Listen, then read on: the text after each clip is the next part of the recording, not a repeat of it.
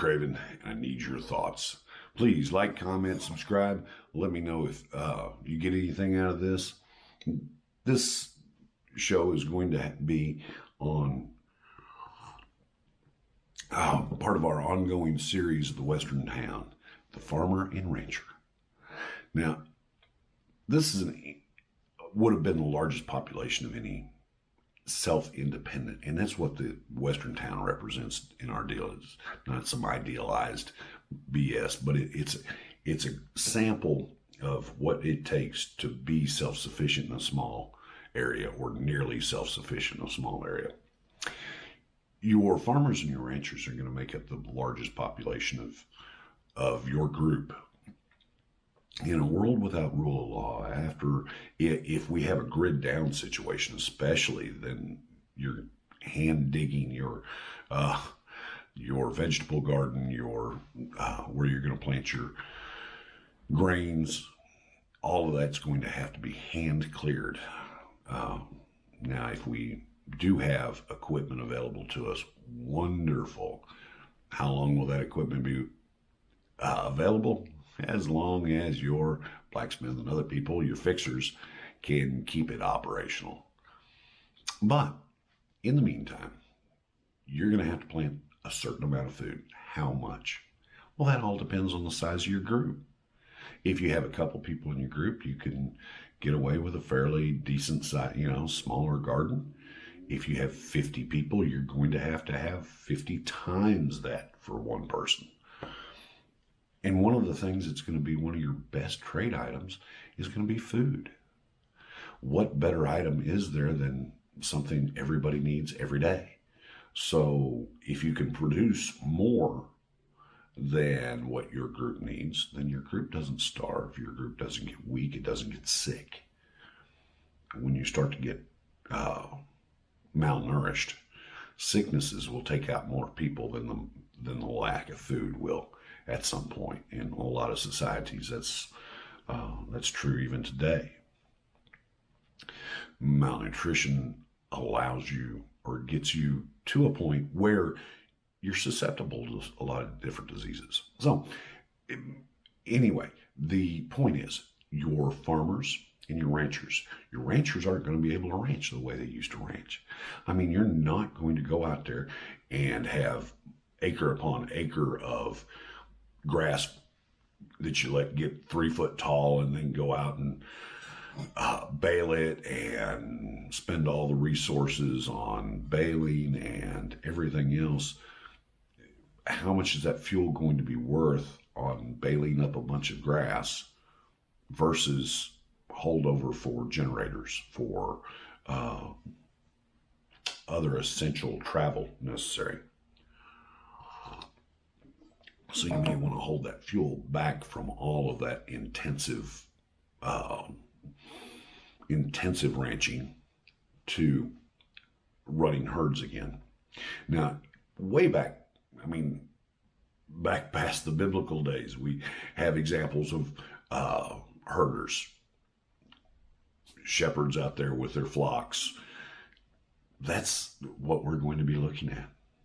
You're going to be moving your animals, keeping them in one location, and then moving them to another location after a week, a day, a month. You're going to move them on to another location where they spend, several months of the year, and then another location.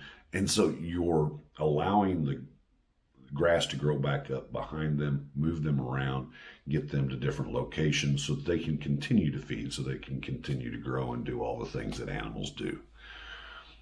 You're going to have people out there collecting the dung, because the dung is going to be very beneficial to in composting for the gardens and things of that nature.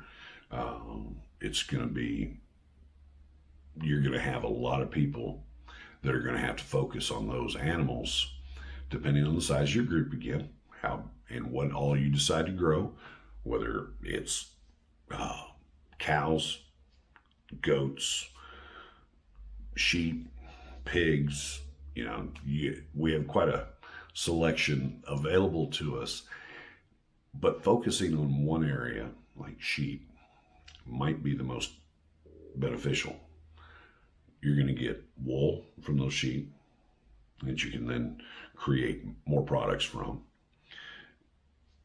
They're a better size, a smaller size to be able to deal with. But cows give you a lot more protein on the hoof. They can be a little bit more difficult to herd. So all these things come into consideration with the size of your group and the manpower that you have available.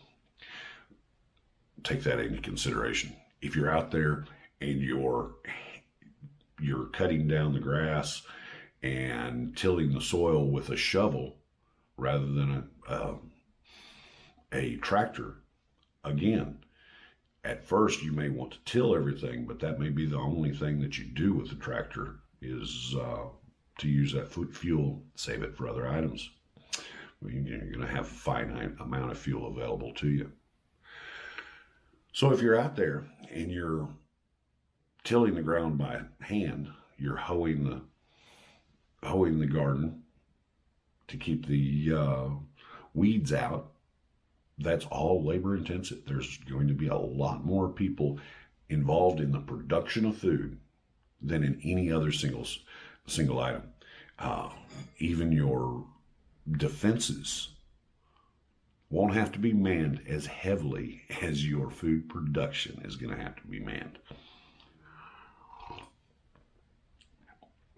And so all the area that you have available to you to grow food, I encourage you to get more seeds than what you even have now, just so that you have failed crops that you can get, because look at it, you're not necessarily going to have, after the first few years or short little while, you're not going to have the pesticides, you're not going to have the fungicides, you're not going to have the other items.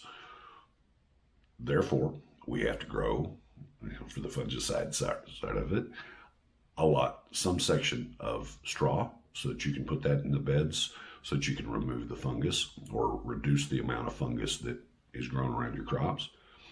But every day you're going to have to go check the different types of beans, green beans, peas, whatever it is that you're growing, the corn, the wheat, anything that you're growing, you're going to have to check on a daily basis.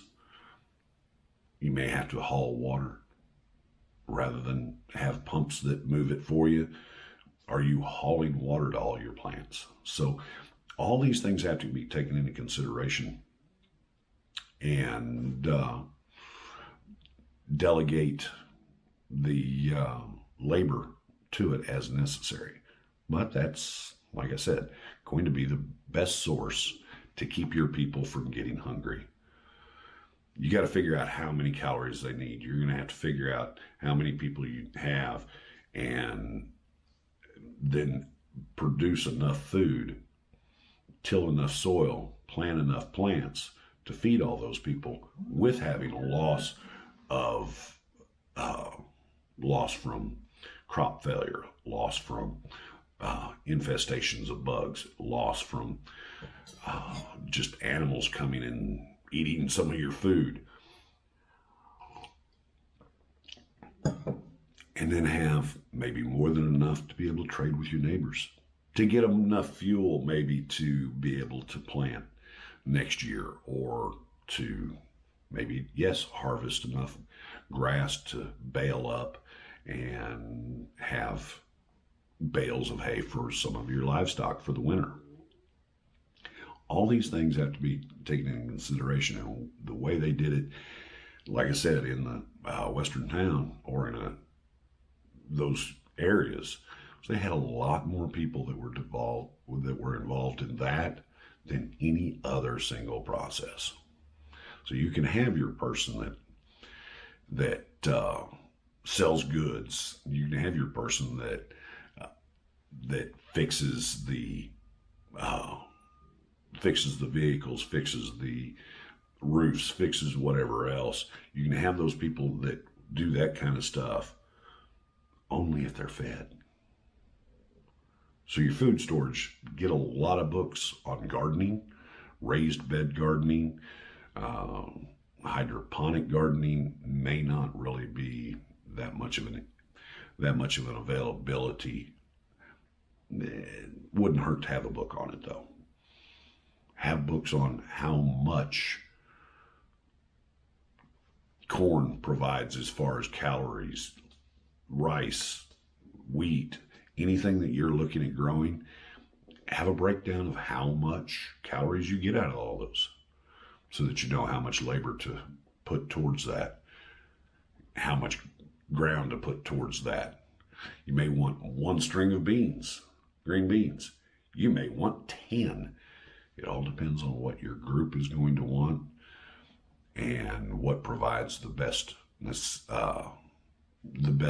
sustenance for you. Because if you're healthy, you get sick less. If you get sick less, you can work more. So it all goes together. One of the biggest problems in any of the old world was hunger and getting sick because your immune system is depleted. So stay full, plant enough, and I thank you. I'm Craven. I need your thoughts. If you learned anything today, please like, comment, subscribe. Hit that little notification bell. Lets me know that you're doing something. I appreciate y'all. Thanks. Bye.